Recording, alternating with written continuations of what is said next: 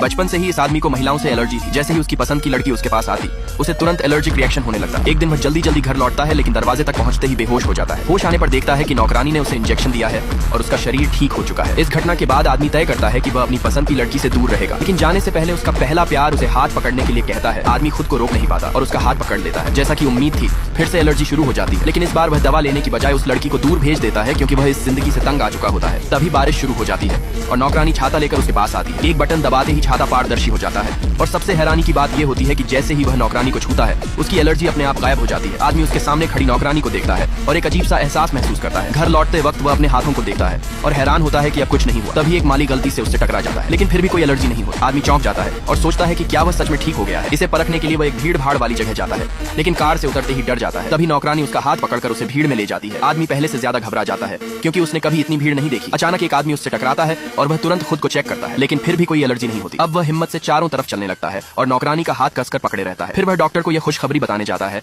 लेकिन बात पूरी करने से पहले ही उसकी एलर्जी फिर से शुरू हो जाती है और वह घबरा जाता है। तभी नौकरानी सामने आती है और उसके लक्षण फिर से गायब हो जाते हैं, लेकिन तभी एक जोड़ा उनके बीच आ जाता है और उसकी नजर नौकरानी से हट जाती है। तुरंत एलर्जी फिर से बढ़ जाती है।